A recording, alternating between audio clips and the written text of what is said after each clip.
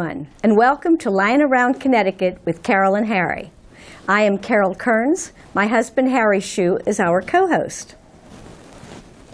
Our mission for the show is twofold: to provide information about Connecticut Lions events and to showcase the many different organizations and causes that Lions support locally, regionally, and internationally. Harry? Good evening and welcome. Please consult our website at www.lions23b.org or your district spirit for more information on coming events.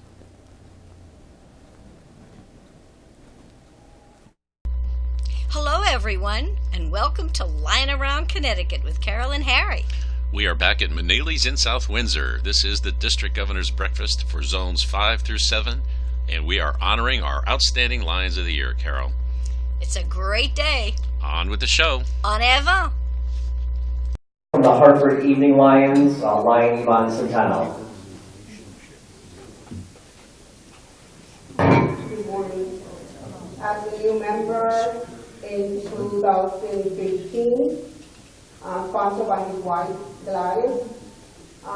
Ever since he's been a dedicated Lion, he's been there for the polladas, which we usually do at his home, for the bowling, pancake breakfast, casino trip, and the community service. He's always there. Lion Hotel Park is a good Lion. The Hartford Evening Lions Club are very proud to nominate Lion Hotel Park to be the Lion of the Year. Congratulations, Hotel Park. You are a great Lion.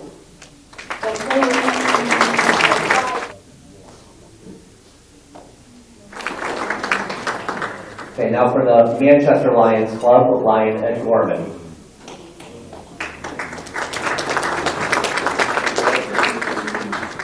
Good morning. I'm not calling in for Dave Wolfenden. He is here. He asked me to introduce our Lion, the Person of the Year. This person I've known all my life. I think my wife has too. She was instrumental when we first moved to Manchester. Our Lion of the Year for 2019, her name is Marissa Hicking. You may ask, how do you know her all your life? Well, she happens to be my daughter. Ergo, why I fall in line to, for instance, the award to her, at least anyway. My daughter kind of started in Lionism back when she was probably 10 or 12, and she was engaged in doing all the artwork for any of our projects, the signs that we all know we have to do for our projects, and she was always down at our local fishing derby. So she was there enjoying that and helping us with all the projects that we had in Manchester, at least anyway. So unfortunately, Marissa is traveling out of the country. She's in Puerto Rico with her husband, Dave, and they're enjoying the warm weather down there because it said it was 83 degrees when I got the report on Friday. So, but anyway, she's been a Lion since 2006. It's their 12th year, and the reason that we nominated Marissa for the position, she's kind of taken over as the chairman, or co-chairman, I would say, for our biggest project in Manchester, that being the Fidelco Guide Dog Bowling Tournament we have coming up here. It's our 23rd annual, and this project is near and dear to many people, not only in Lionism, but also as well as within the Fidelco Guide Dog Foundation, for all the funds that not only Manchester, but also Vernon Lion Club is engaged in helping us support the project, at least anyway. So what I'd like to do is go ahead and ask my wife to come up, and you'll accept the award from Marissa.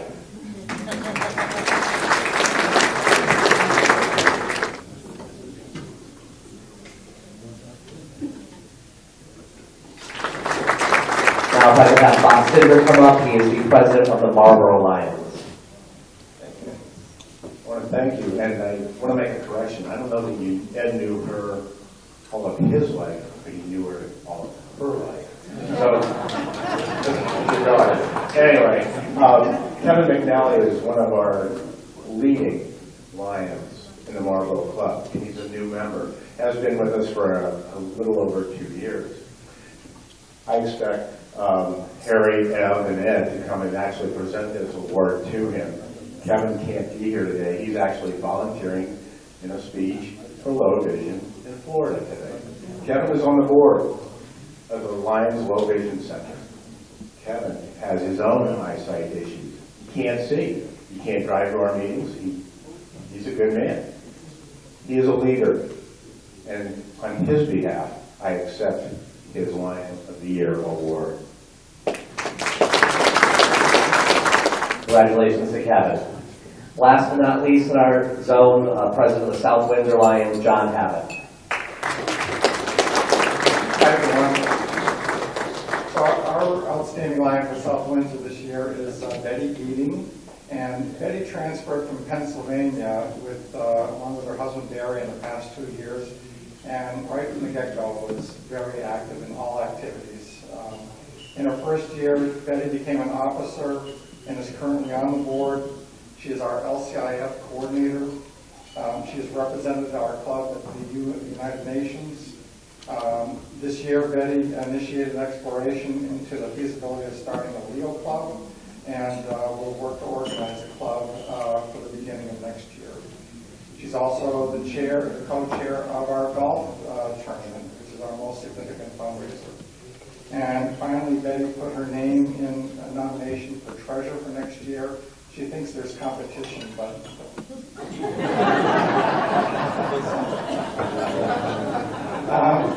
so Betty Geating is truly a leader in Lionism, and we're grateful to have her, our outstanding Lion, Betty.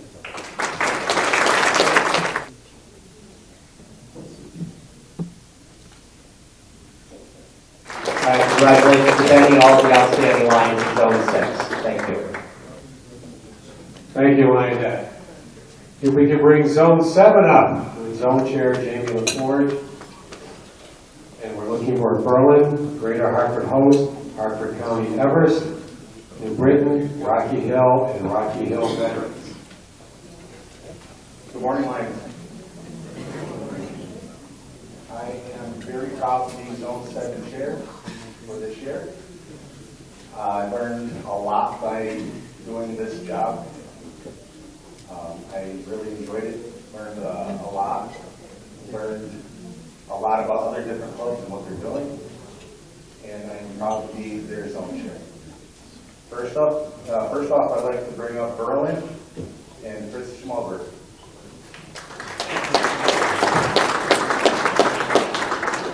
Before I present our Lion of the Year for Berlin, I want to thank District Governor Harry for putting on such a nice event today. I think that having the staff did a wonderful job. Thank you. Berlin, we have a big membership, over 120 members. You'd think that this would be a hard decision for me to make about our Lion of the Year, but actually Gail made it very easy. So Gail, before you go, please stand up. Come on now. I think everybody in our district 23 should know what a great person Gail is. She's been a Lion about 11 years. She's had perfect attendance all 11 years. District Governor Harry mentioned how important secretaries were before we even started here. She's been our secretary for over 6 presidents now, and it's really been a glue for our club. So thank you on that part for that previous award. She also has previous awards. She's a award winner of Ambassador of the Site. She also was a Knight of the Blind. And she's also a full-time nurse, and that's important because with our meetings, we need somebody there to administer first aid. So, and also we have a numerous, at our fairgrounds, we have numerous work nights that are outside. And you can't get to work night without seeing Gail with the sun on our fairgrounds, painting or policing. So she's just a wonderful Lion, and if more people all the Lions like Gail, the world would be better place. So without further ado, Gail, please come on.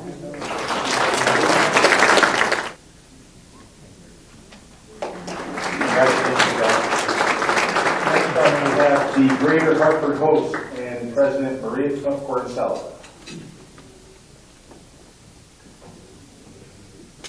Good morning. Congratulations to Katie Stevenson, the outstanding Lion for the Greater Hartford Host Lions Club.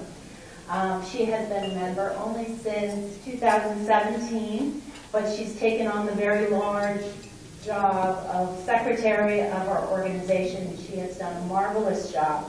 Our previous secretary was there for 40 years, so it's big shoes to fill. She handles our speaker schedule for our monthly dinners. She has an amazing outlook, very positive energy. She's even initiated a new fundraiser for the fall. And we're going to be having beer and wine tasting, and she's chairing that. She is LCI coordinator for our club and volunteers for eye screenings. as well as being a very active participant in all our fundraising activities. Congratulations to Katie. It's been an honor working with you.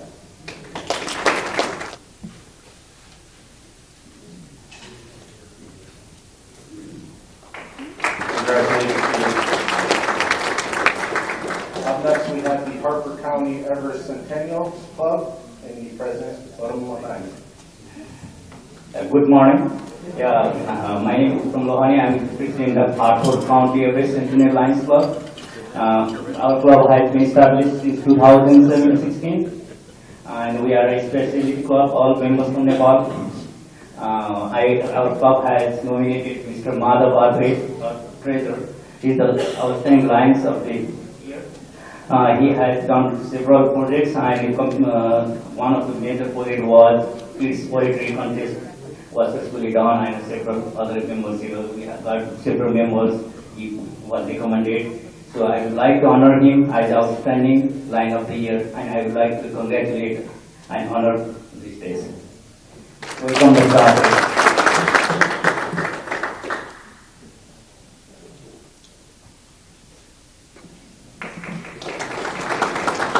Congratulations. Next up, we have New Britain and their president, New York.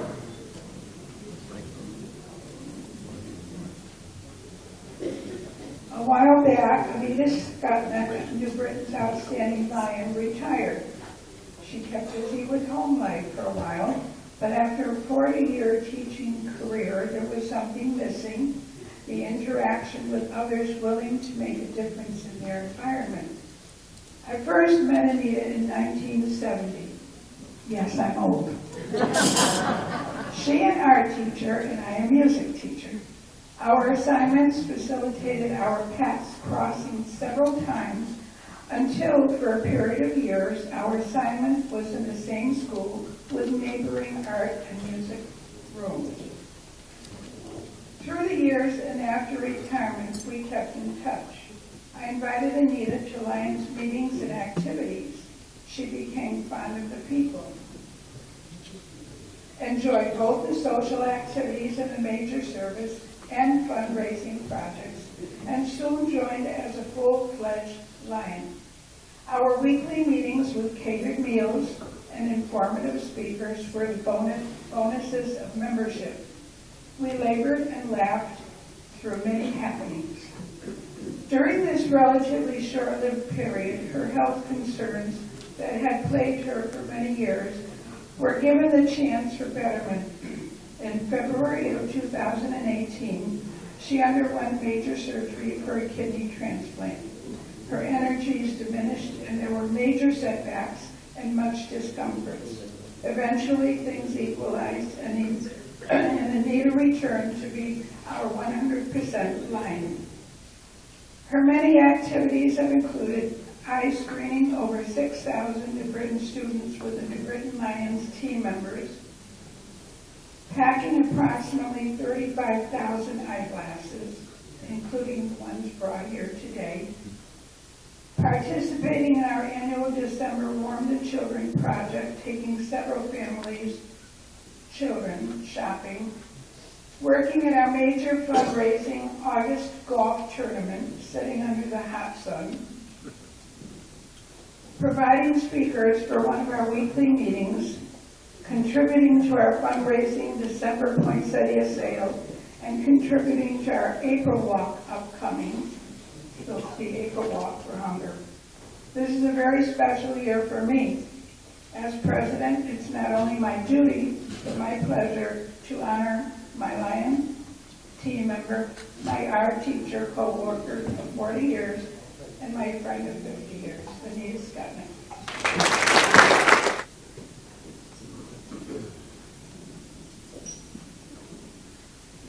I'd just like to say congratulations to all the Zones Club and outstanding Lions. We have an interesting addition to this year's breakfast, compliments of District Governor Heery, who thought you might like to know where your glasses go since you're delivering them all this morning in the snow. So, Governor, I don't know if you want to say a few words about Ryan Jerry before he starts, and I'll give you a chance to get the podium out of the way. Yeah, we have many resources as Lions in our district, and two of them are optometrists, at least two of them.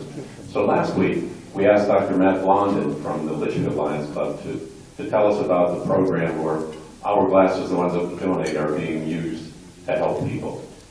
We have another wonderful resource from the Greater Hartford Host Club, Dr. Jerry Hardison, who's also participated in the same programs that the Blondins have. And I think you're going to find his presentation very enlightening, because we donate thousands of glasses, and we really don't know, many of us, exactly what happens to them. And it's a very, as I mentioned, there were some touching stories at the UN yesterday. There's some touching stories here as well. So, Jerry, thank you for coming. Good morning, and thank you, Harry. When Harry talked to me about, or asked me to do a little presentation this morning, I said, of course I will. I didn't think twice about it. I absolutely love doing this, and to talk about the importance and the impact that the Lions eyeglass recycling program, it's a great topic. So this will give you a little information on really what happens to them and what the end result is. Let me just get this set up. First of all, I've been in practice in Hartford for 40 years plus as an optometrist. And for the past 15 years, I've been affiliated with Bosch, Connecticut. Bosch stands for Volunteer Optometrists in Service to Humanity. And we have a Connecticut chapter. There are somewhere around 75 chapters of Bosch across around the world, actually.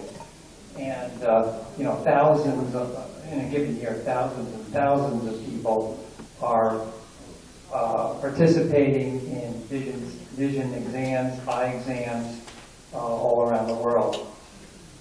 The Bosch Connecticut program has historically gone to Nicaragua, and I participated in 12 missions there. A typical mission would last from setup to tear down about 5 days. We'd see patients for 4 days. In that period of time, we'd see between 3,500 and 4,000 people. So if you times that by all the chapters around the world, there's a lot of people that have care as a result of it. So what happens to these glasses that we pile into? We take from our communities, from our offices, and we pile into the trucks out here in boxes. The glasses here go to a recycling center in New Jersey, as most of you know, and they have to then take the task of taking all those glasses and verifying them. And basically what's done, very simply, they verify the glasses. They either print out a label or write on the baggie what the power of the glasses are. And then they're put into boxes, separated into men's, women's, children's, unisex. And then you have an organized display of what's available in those given powers. And I'll explain to you as we go through this why that has to happen. So this is an actual photograph from the center in New Jersey. And these are some volunteers there, and you can see they're sorting glasses, and there are boxes on the side that have labels of powers in them.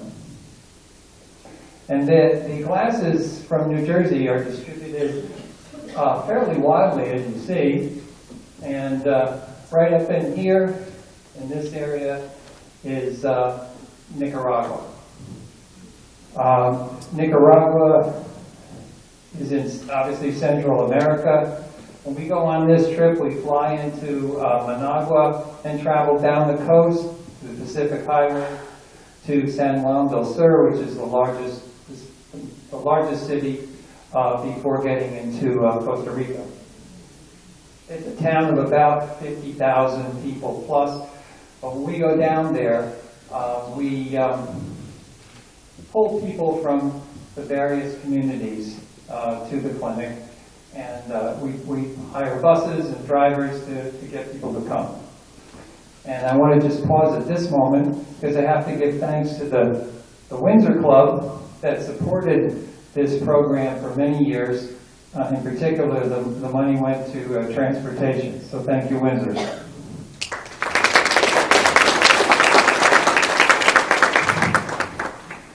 So when we set up the clinic, you'll see the bags on the truck here. These are all filled with our supplies, glasses, prescription glasses, reading glasses, sunglasses, medication, toys, toothbrushes, whatever else people want to bring. And we cart them with us. We used to actually ship everything down ahead of time. Over time, we decided that just wasn't very effective because by the time you get there, your container is maybe 3/4 full, not 100% full. So we take everything with us. Now, here is the optical dispensary. We call it the dispensario. And you can see the boxes here. These are the boxes that come from Lions recycling centers.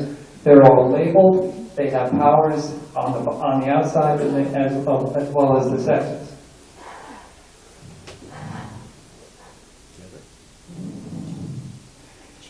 Right there, that's probably about 3,000 pairs of glasses.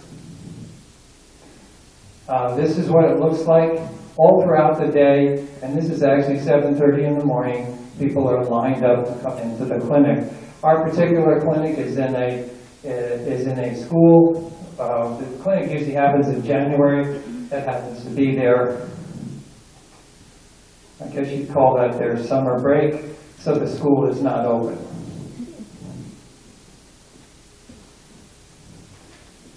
It's very well set up. People wait outside the actual classrooms, which are individual clinics. And I have to let you know and tell you this truthfully, that the citizens of this community are incredibly patient. Some people will be there from 7 in the morning till 4 in the afternoon waiting to be served. Now, the eye exams are not what we are all used to here. We don't bring the big equipment. Everything is done with pretty much hand instruments. This is a way of determining the prescription for someone who might need eyeglasses.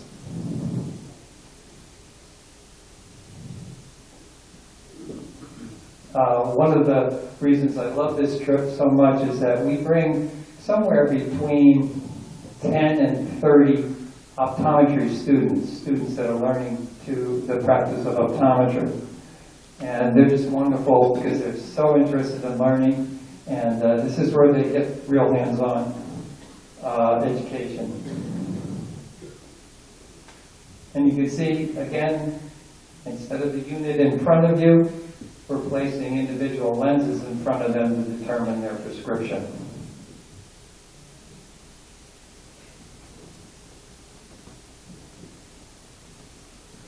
We also look at, other than eyeglass needs, a big component of determining how healthy the eye is and whether there's any active diseases that need to be treated. So when we're done with the exam, there's a little form, prescription. The patient goes down to the dispensary, and all the staff members in the dispensary now are looking through those boxes to find the pair of glasses that best matches the prescription.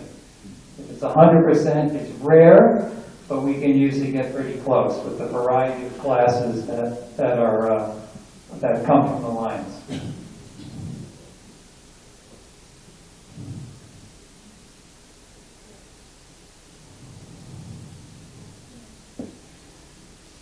And the most important thing is giving the product to the individual.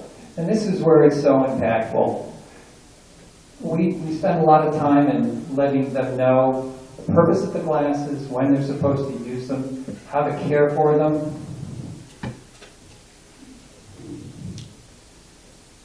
And we do a couple little extra things. At times we'll bring down cases of eyeglass pouches that are usually made by communities here at home. It's a nice little touch to their new glasses. And the smiles that you get are always very rewarding.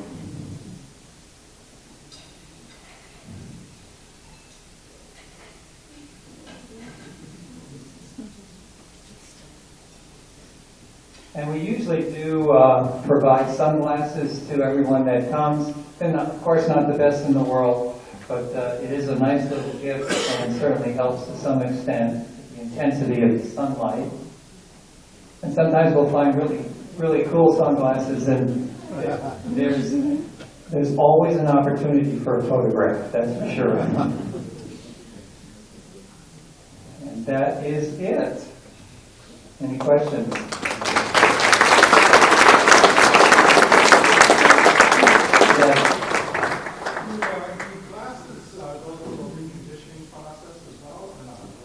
As far as I know, the best that we can do at the recycling center is to at least attempt to clean them. Some glasses are in better condition than others, and the really poor ones are I'm assuming, discarded. If you had an opportunity to look at some of the glasses that you might get in your recycling boxes, you know, you could take a bunch of them and probably discard them before you ship them down to New Jersey. Because if there's just separate lenses or a frame without a lens, they're really of no value. It has to be a complete frame and in relatively good condition. Thank you all. Well, thank you.